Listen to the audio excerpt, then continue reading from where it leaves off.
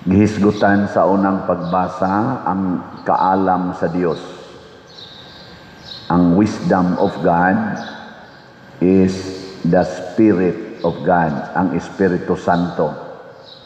Unya, ang nag-translate sa kaalam sa Ginoo, mao ang pulong sa Ginoo.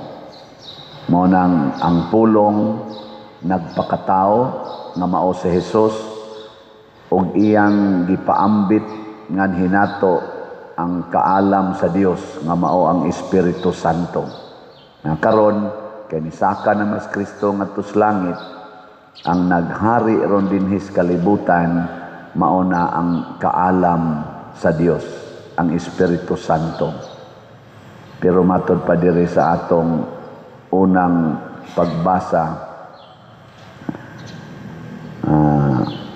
ang kaalam dili gayud mupuyo diha kang bisan kinsa nga malimbungon o ulipon sa sala.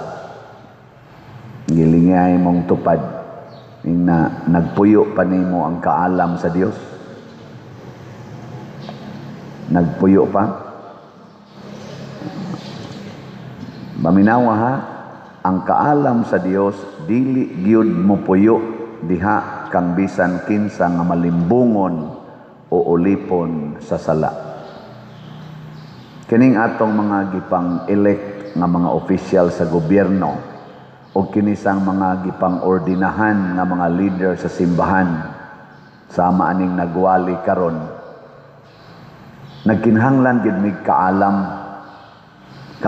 nga Dios nun, kay dili sayon ang paghimog mga desisyon.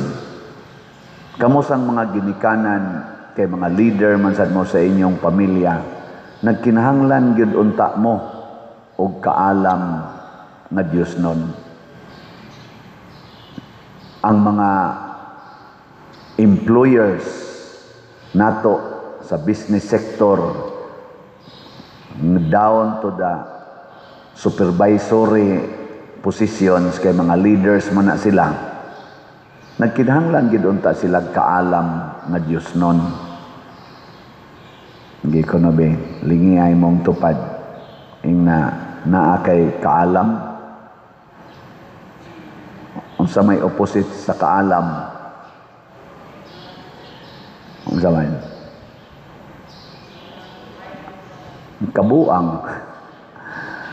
Kabuang. May kaitas binuang, kuwang tas kaalam. Mao na ningon ta diri sa atong tubag sa Salmo, agaka ako Ginoo subay sa dalan nga walay katapusan.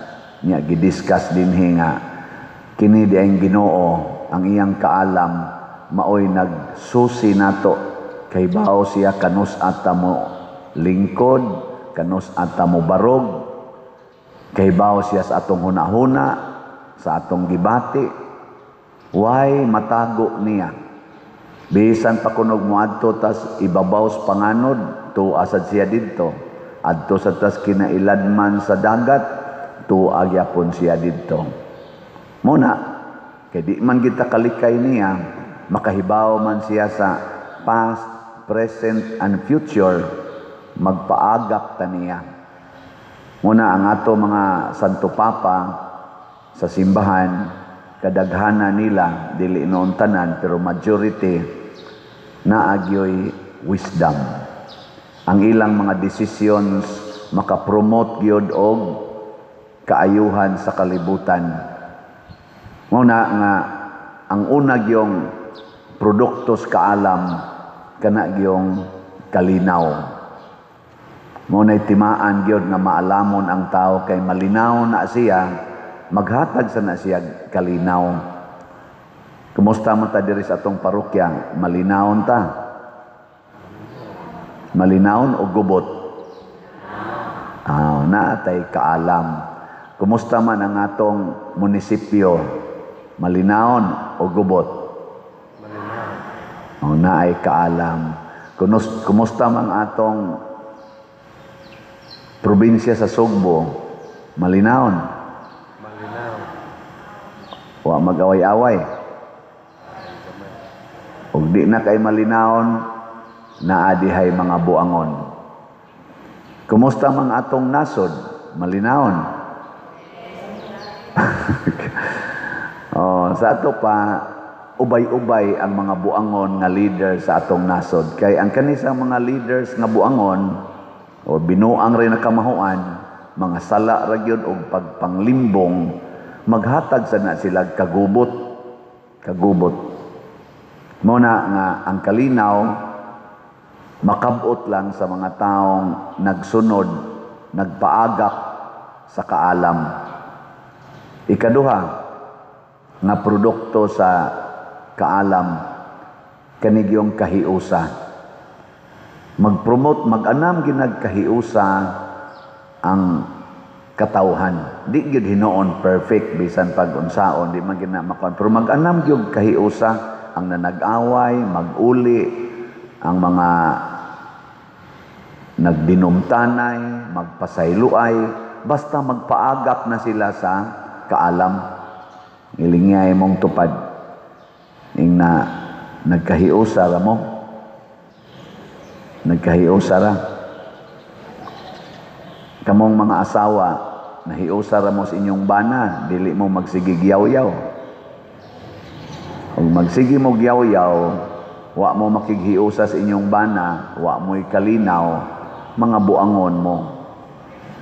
Wa mo magpaagak sa kaalam. Kamusang mga bana, nahiusa mo sa inyong mga asawa? O nahiusa mo sa inyong manok? Nahiusa mo sa inyong imnonon? Nahiusa mo sa inyong sigarilyo? Mao gani na, mga buangon sa mga banaha mo. Kumusta man ang mga ginikanan? Nahiusa mo sa inyong mga anak? Magdungan mog kaon, magdungan mog ampo, na magpaminaway mo. Wa gani, buangon sad mo. Kamong mga anak, nahiusa sad mo sa inyong mga ginikanan? O nahiusa ra gyud mo anang imong TikTok, kanang imong siging tan-aw anang cellphone, duwa anang computer. Mga buangon sad mo, wa na mo'y wisdom. So ang kahiusa, kumusta man sa atong Pilipinas karon, naay kahiusa. Kinsa may nakapromote og kahiusa gyud nga kanang arang-arang nga kahiusa, ang nila tas pinakaduol, ang administrasyong Marcos o administrasyon nga Duterte.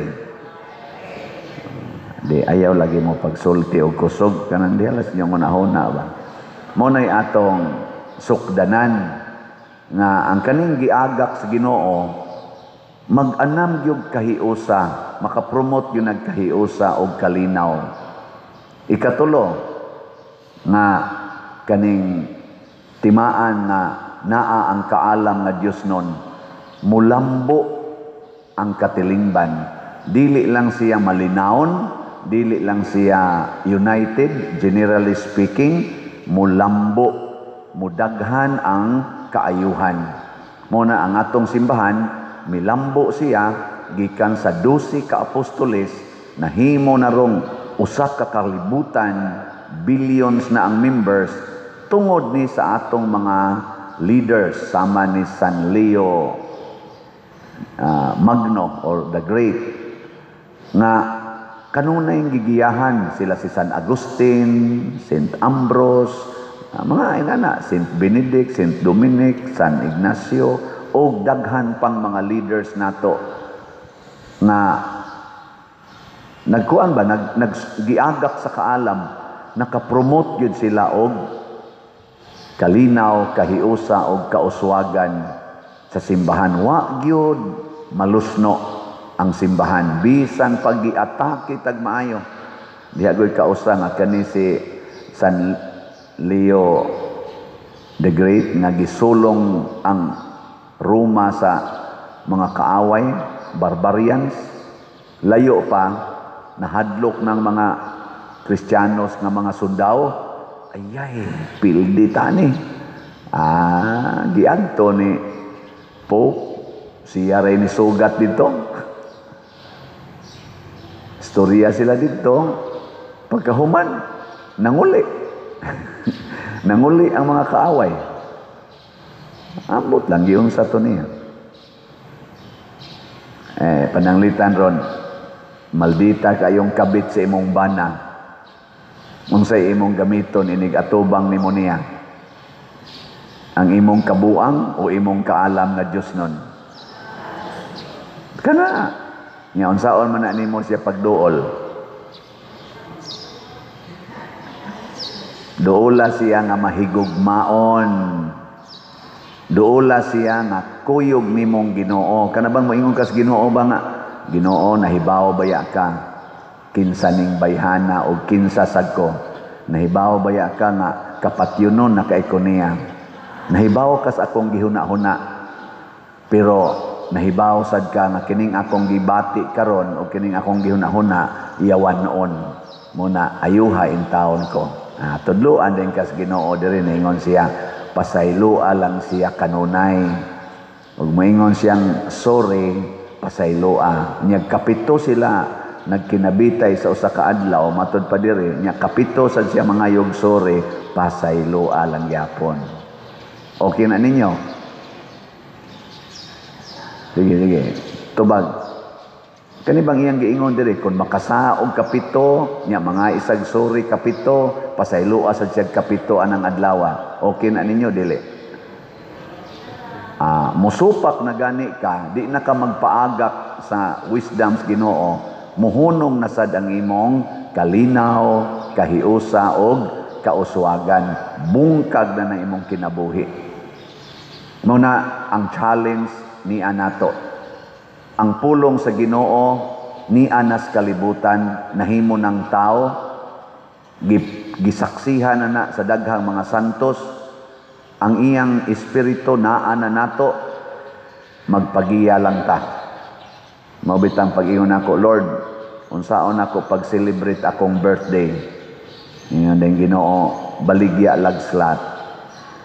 Ora ginayang gisulti. Unsaon man ako pagbaligya.